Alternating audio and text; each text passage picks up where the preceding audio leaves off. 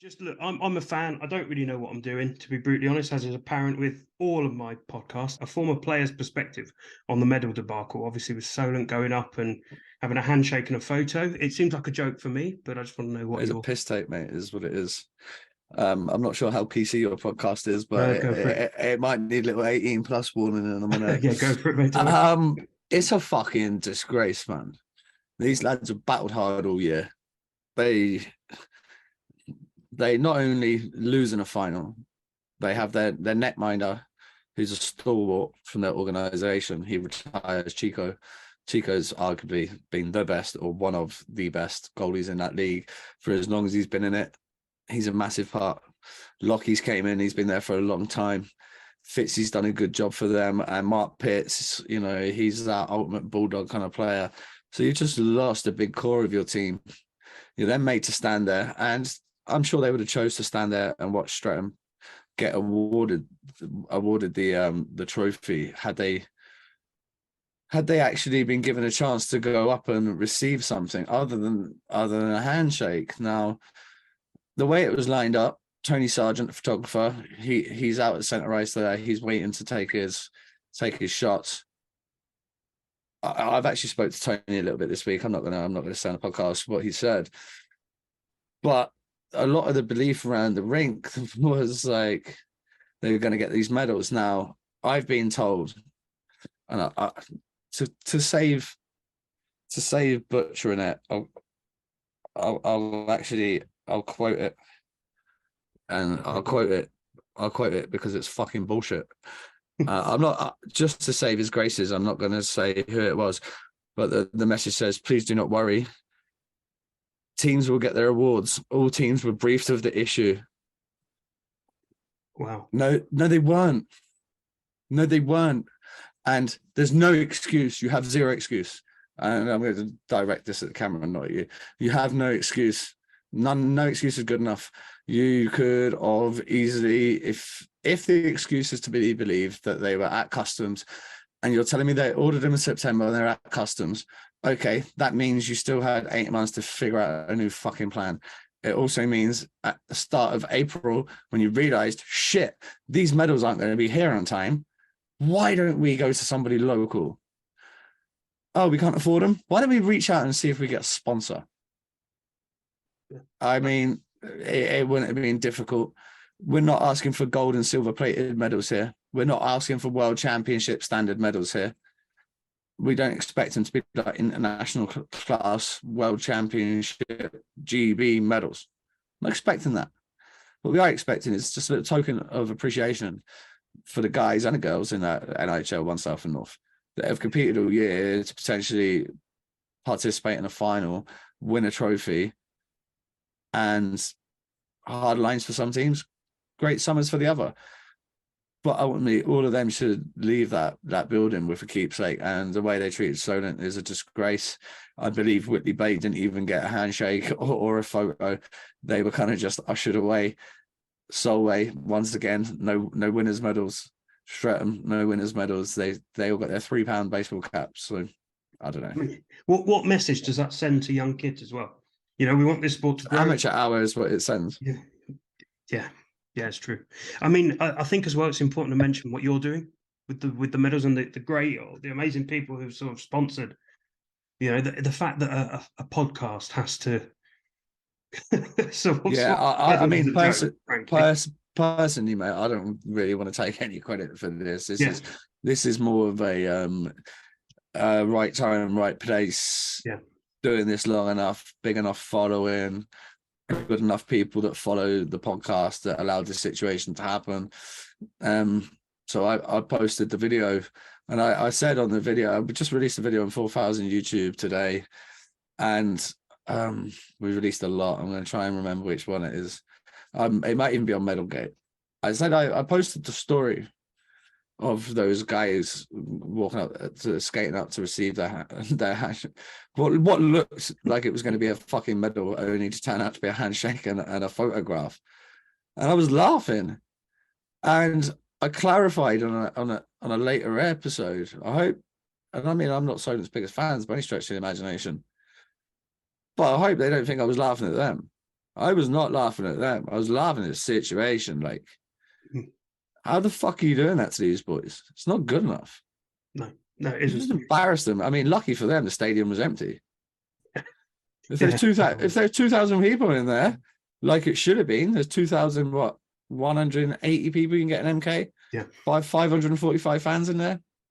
Rubbish. Yes. Not good enough. Not fit for purpose. Needs to go. Yeah. That's another topic. But we go back to the medal situation. Yeah, in front of maybe 150 your own fans and 150 Stratton fans, it's not the end of the world. If there was 2,000 fans in there, you're going to feel even more like shit than you already do. You've just lost. Your boys are retired. You've just been mugged off to the highest order. The fact that they said they will get their rewards. Yeah. When? Yeah. When? I don't want a fucking runners-up medal in May when I haven't been on the ice in 7 weeks. Yeah. What am I going to do with that? It's not going to mean anything. Yeah. It's not going to mean anything. I wasn't with the boys when I got that medal. Yeah. Even at, granted, and Paint said the same, Tomo said the same, I'd be the same. That second place medal probably goes to a fan or a kid. It's not the point. The winner's medal does not. The winner's medal comes home with you, and that stays there. It might not be on a mantelpiece, it might not be wherever, but you might have your little man cave set up, and you've got your shirt out there, and you've got your trophies or an old stick that means something, or your first pair of wheels, or whatever it may be. You can guarantee that medal finds its way in there. Because in 15 years' time, you're drunk with your boys shooting shit. You'll be like, oh, fuck. Boys, remember that one? We played against Solway. We won. It was this. It was that. That's all that medal is. So medal's a memory box. But it doesn't need to be a nice medal. It's a memory box. It's engraved on the back. And if you're like Streatham and Solway, where you're winning all of them, you might have to go back at, 2022. Oh, who did we play there? Because they've been in 5 finals in a row or whatever. Yeah. So now they're the group of lads and they're back on YouTube and they're running it back and they're watching it and they're reminiscing. The medals aren't for now. They're for when you're my age and when you haven't played for 10 years. Yeah. Well, that's when the medals are for, man. That's when the medals are for, when it's all said and done. Now I have a son.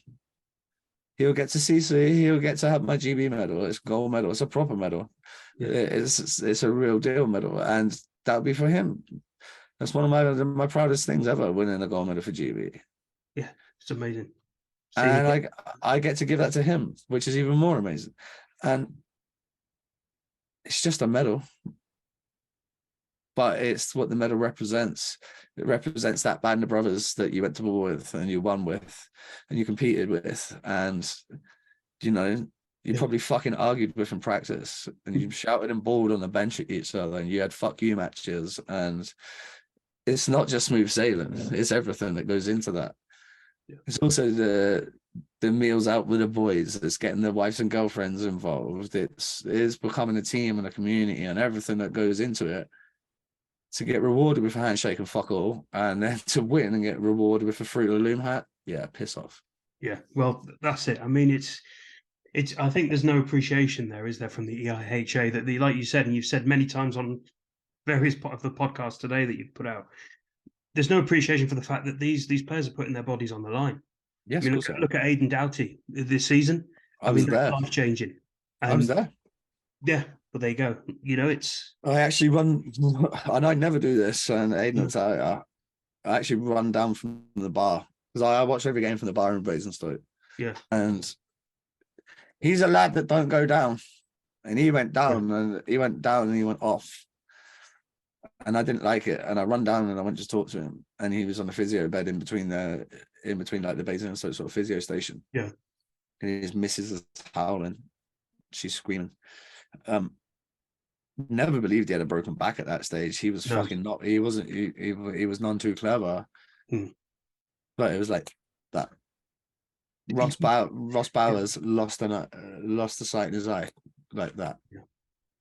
It's a crazy game. And of course it is, and that's the special part about it, isn't it? It's different, and it's knowing that that's the thing, but it's the battle, and the EIHA should appreciate that through things like getting the to be honest, like something I said before this started, getting their part-time jobs right. It's that simple. You know, I Yeah. mean, I've drawn up a list. It's incredibly unprofessional. It's just a little piece of paper. But That's how I roll. Let's go. I can't be doing with writing too much, like, to be honest. But honestly, I wrote out a list of just 4 things. I'm sure we could come up with a list 20 times longer of EIHA shortcomings this season alone. I mean, Spordle. Spordle's my favourite. What a That's fucking joke that is. I mean, I don't think anyone summed it up better than banners on the walls. yeah, Go check out my boy Ant Russell's yeah, digestion, you could call it, of Spordle. yeah, I don't even know. yeah. But I don't. It was an own goal from the very start. well, it's almost as if they've got it wrong on purpose. But I don't want to get involved with that, because I think I end up potentially getting sued for libel there. You know, so it was almost as if that's been done on purpose. There's a couple of people who could, you know, might possibly have done that.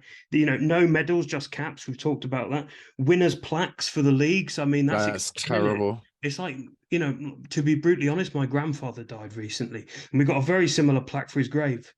You know, like, Yeah, well, there you go. Like, exactly. you know, yeah, it's got all them feels about it, hasn't it's it? disgusting, isn't It's it? got all them feels about it. It's like, what? Do you know what it is? You win the fucking pub darts or pool, yeah.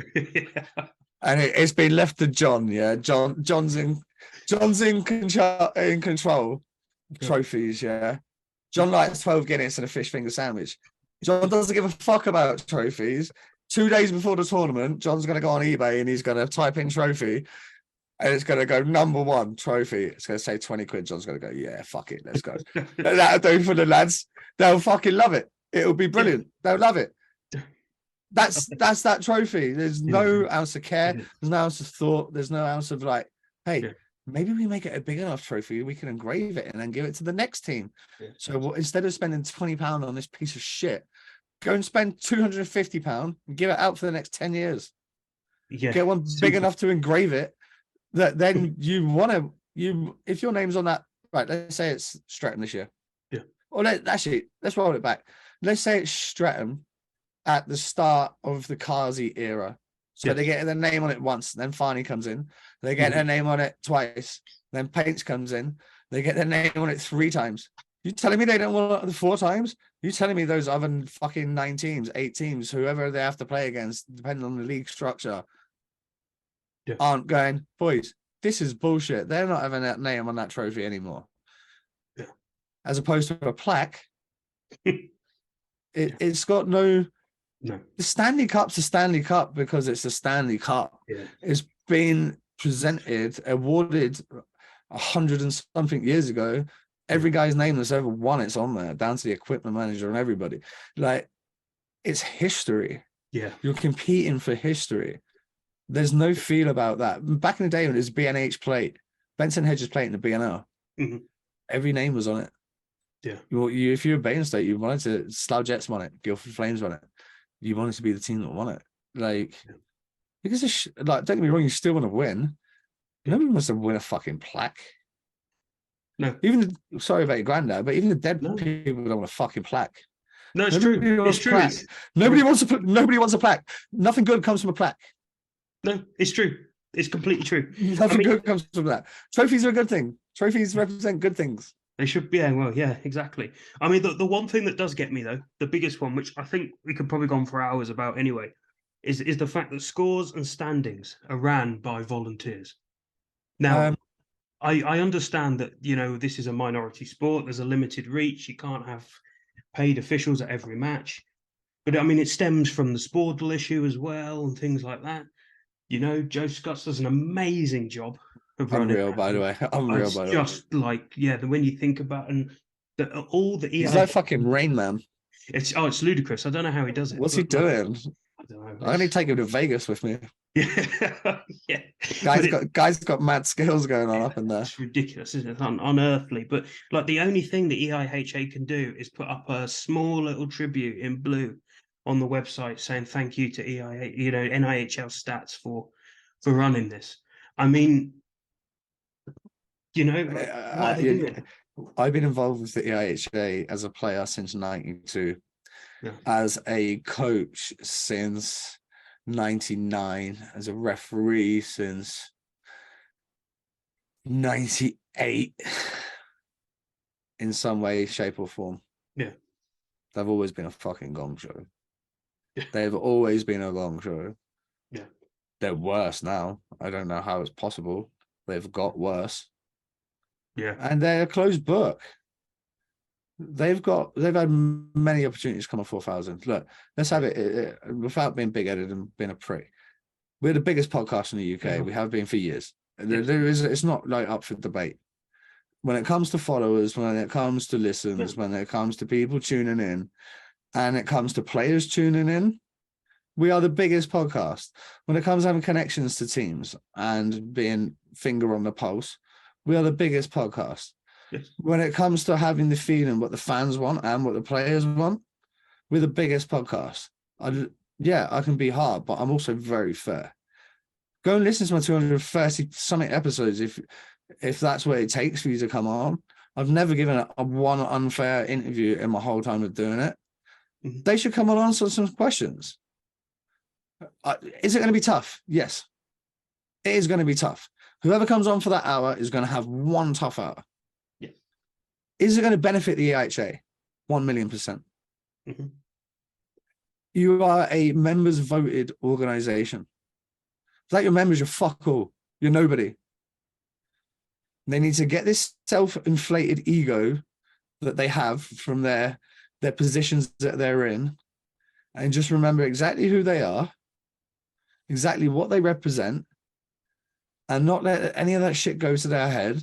And remember what the reason we're all doing this. I'm out of the game for ages. I'll probably give up 30 hours a week doing podcasting right now. So I care about the game. Sure, these people care about the game. The problem is they don't have enough knowledge about the game.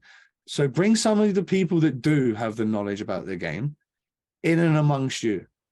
Invite them into your circle. Make it a place where ex-pros don't mind. I could not tell you one ex-pro that I've ever played with that would take on any sort of role within the EIHA right now. Not one. Yeah. And I don't mean like coaching England and shit like that, because Aldi and guys are going to do that, because that's their way of giving back. They're National League coaches. Aldi and Jamie don't need to be going down to the showcase. That's their way of giving back. You got to love the boys for that. I'll never have a disrespect to that. What I mean is you're never going to get any of us lot on the board that have been there, seen it and done it until you get rid of these tossers that don't ever give a shit or know anything about the sport. Well, it's a sad reality with it, isn't it? Let's be brutally honest. It's like do you know what the sad reality is, mate? Yeah. Well, they seem to know fuck all about business either. Well, yeah. If you didn't know fuck all about hockey and you never played or you didn't, but you're some business G, and you're the guy or the girl, then shit, come aboard.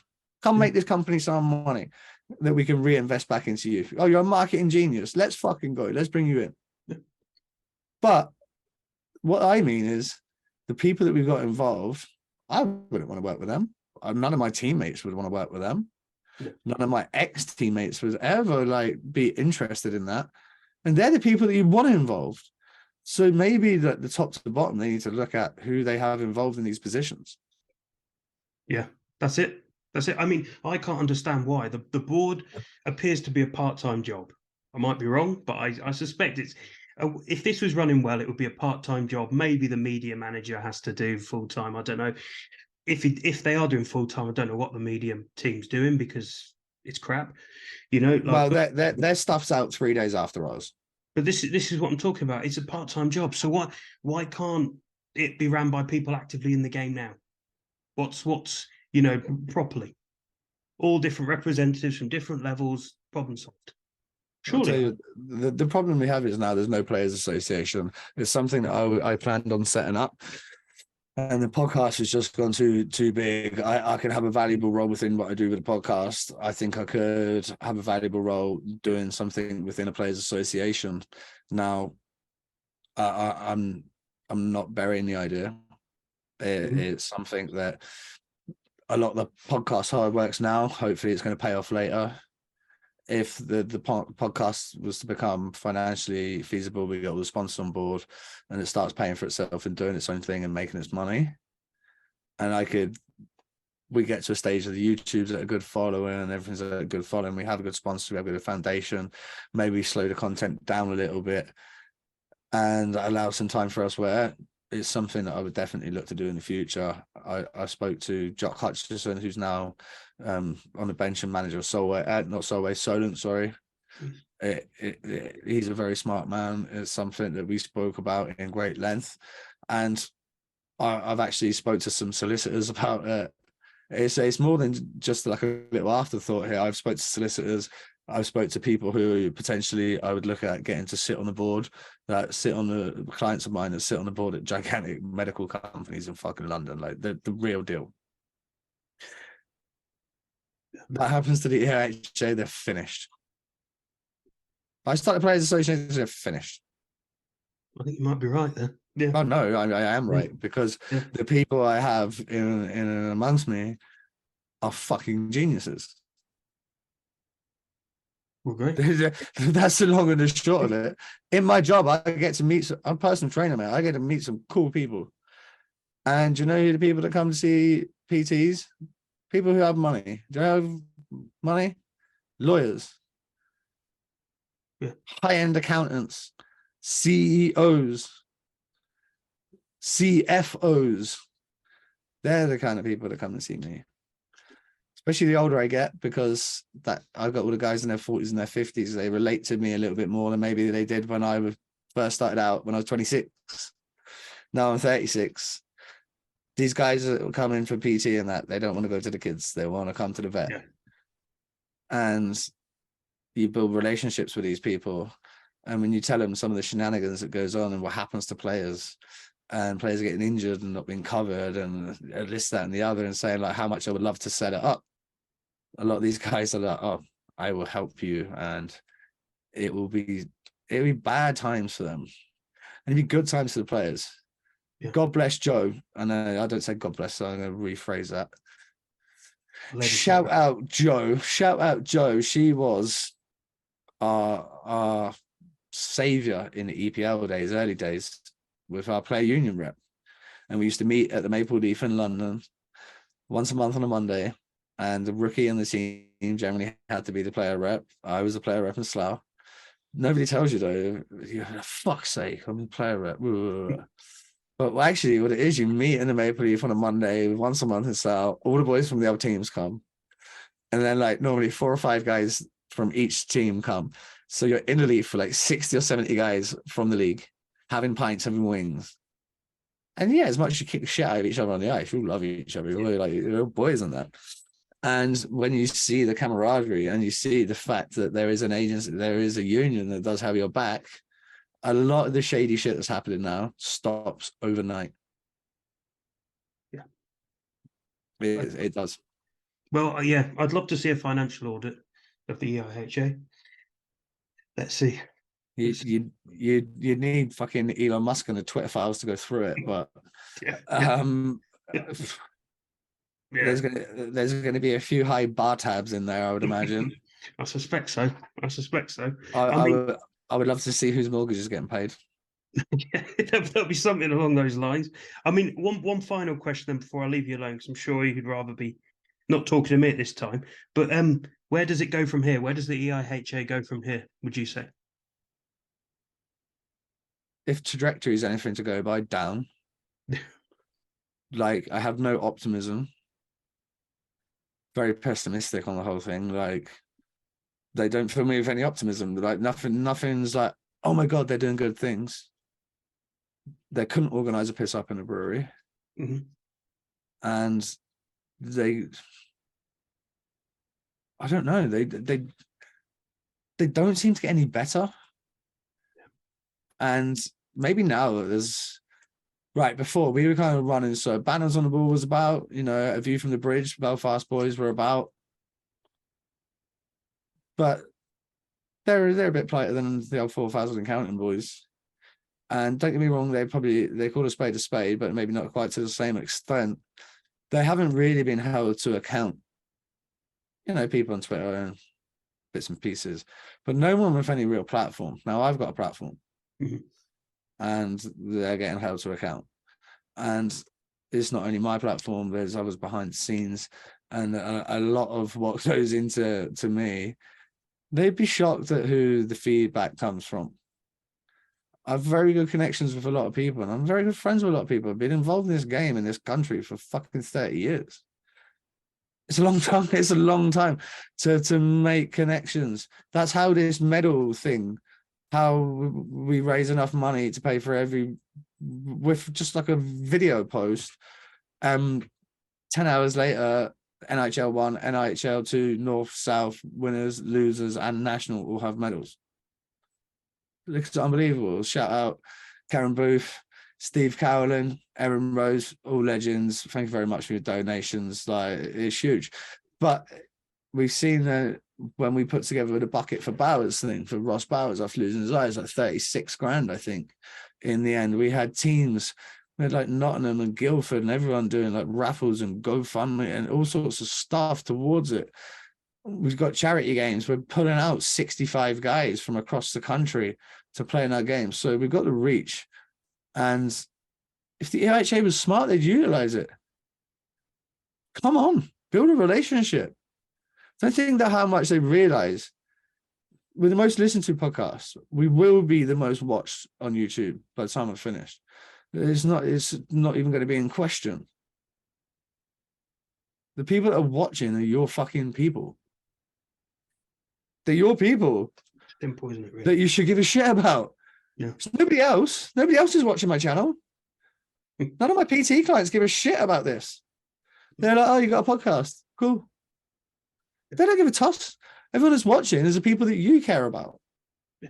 Which you should care about. I don't know whether you do, but you should care about. It's your patrons. It's your athletes. It's your athlete parents. It's your physios. It's your volunteers. It's all of those. They're the people. The players in the national, the players in the national one, the players in the elite. These are the people that are watching my podcast and stuff. They want to hear from you. You have no right to be a closed book. I'll say it fairer than this. You can't. I'll say it down the camera. I'm sorry, Mike. I'm gonna look away from you now. I'm gonna say it down the camera because I'm gonna say it to them. Come on, it'd be a very, very fair episode. I will not let you be privy to any questions, but I will give you the permission to veto. Can't say fairer than that. We can talk about subjects. We'll talk about them. And if at the end of the interview you go, right, I wish to take that out, we'll let you take a thing out. Good luck with that one. I can tell you that from experience. I'll tell you after I've recorded this if you want. Yeah, I can imagine, but I think Good luck the fact that but I think the fact that I've been registered with the EIHA at some stage for the last 30 years and been involved in coaching and playing and where the podcast's at, if they were going to do any, they'd be crazy not to come on and do ours. That's no disrespect to any of the other podcasts out there. It is what it is. We've been openly calling them to come on for 2 years. Like I can't understand how they couldn't come on. I mean, neither do I. Well, okay, if you're a football manager, yeah, and Sky Sports News rings up and says, right, I need you to come on and talk about your club. Exactly. You come on. If BBC News ring up, you come on. Exactly. Well, we're that for ice hockey in the UK. Yeah. That's what we are. That's what we are. For football layman's terms, I know a lot of people that watch it are probably more into their football and stuff. In layman's terms, or for an ice hockey term, we are, and this isn't me, but everybody else, spitting chicklets. We're the same. We're what they are in the UK in terms of player run pod, getting the content, having people, that sort of thing, having relationships. Yeah. You're going to reach the widest audience, and I will treat you fairly. Like, although I'm passionate, I'm just passionate that I won't be this pissed off going in. I'm just this pissed off that you've avoided it for so long, because it's inevitable that it's going to happen at some point. Yeah. I tell you what, it's up to you. I'll bring Tony Boynton on. I've got guys that are not the big dogs for the EIHA that want to come on, and I've held out. I've said no. I've got zero interest in that. Yeah. You know who you want on? The board. You need the board on. Yeah. That's the reality. Yeah. I've had Clifton on when he was running for Ice Hockey UK chairman. Guess who's Ice Hockey UK chairman? Clifton. Didn't do him any harm. Problem is, though, he's probably quite a good guy. But well, it's yeah. Some people would leave you to believe otherwise. But Well, what my podcast allows you to do is make your own fucking mind up. yeah. People could have left going, Clifton's a prick, or people could have left going, do you know what? Yeah. I like that Clifton man. He was actually a pretty good dude. He came across well. I liked his ideas. He had some interesting things to say. Oh, that's his like perspective or objective on whatever the scenario may be, as opposed to a 4-line statement signed NIHL events team, EIHA. Do you know what I mean? It's not cool. Like they need to be more transparent. And I think it would grow the EIHA. It would grow some trust. Like, come on my podcast, try it. What's the worst that can happen? Nobody has a worse opinion of you than your members right now. You have nothing to lose. And I cannot stress that enough. Your members think you're a joke. Every post that has ever been made on 4,000 and count, and it turns into a bashing of you guys. And that's not to my wish. It's not. But you keep putting yourselves to be lambs to the slaughter. You can rectify that. You can come on and address situations and address. There's plenty of things to address. I could put a list as long as your arm, and I wouldn't want to go into that interview even prepared. Like I would prepare no questions for that interview. How we used to do things on 4,000 count, maybe the first 80 episodes. Prepared questions. And the interviews were good. They're a lot better now. We don't prepare questions. Now that I'm so advanced in what we're doing and conversations and angles and how to talk and where to go, I don't need a list of questions. What will come out will come out, and the questions that need to be asked will be asked. There will be no pussyfooting around. These will not be. I know you watch all the American like drama programs, and you see the White House press secretary. Everyone's asking questions, and she's like, "Oh yeah, that one will do." He's like, "Yeah, well, what color was the school bus? Yeah, let's ask that. Fuck off. There'll be none of that. The questions will be real questions, because nobody wants to know what color the school bus is. People want to know where the money's been spent. People want to know what's happening next with the youth. People want to know why we don't have proper medals and trophies. People want to know why our playoff finals weekends aren't sold out. You know, people want to know why the fixtures aren't organized for the juniors up until the end of October, until October. Like, this is what people want to know. And why could you not just come on and tell us? Like, what's the issue in coming on and telling us? Communication is the key to any successful business, any successful relationship, any successful team, especially sport, i.e. ice hockey. You don't talk. You ain't getting out of junior hockey. You're going to play for the rec team. Have fun. See ya. Yeah. Communication's so key. Imagine being an army guy and the guy behind you is not talking. You get your fucking head blown off. This is the same thing. If you're not talking, metaphorically, the person in front of you is going to stand on the mine because your communication skills lack of bullshit. And nobody knows what's going on ever. And it's just this, like, the next guy. This is why they don't ever put any names to anything, because it's the next guy up that just gets slaughtered. Yeah. Yeah. They just push it down the road. Instead of, look, you watch my interview with Matt Gomesick, I just done it again. Gomesick. Promise you, I could say it off air. As soon as I went on air, I couldn't say it. Instead of like being like, oh, let's redo it. I just like, yo, I fucked up. Yeah. By drug ban. I didn't come out and hide. Came straight out and went, right, this is how it is. I fucked up down the middle. This is what happened. I got way more respect than if I'd have came out and give it the old Amir Khan that I've been eating toxic beef. Amir, you put on 30 kilos in like 6 months. Relax, mate. Come on. Let's have it right. You've been taking SARMs, mate. It's not a joke. Same thing. If people are honest, generally, even if they disagree with you, they're going to respect you. Yeah. And right now, they have no respect. Yeah, well, yeah, that's it. That's it. Honestly, they're that substitute teacher at school that thinks they deserve respect when they walk into your classroom on day one just because they're a fucking teacher. They don't think they have to earn respect. Well, let me tell you a little something. You have to earn respect wherever you go. And right now, your lack of communication, you have zero respect from anybody. Yes. And that goes, and like I said, I talked to that goes down to your officials, your players, your volunteers. They don't even respect the organization.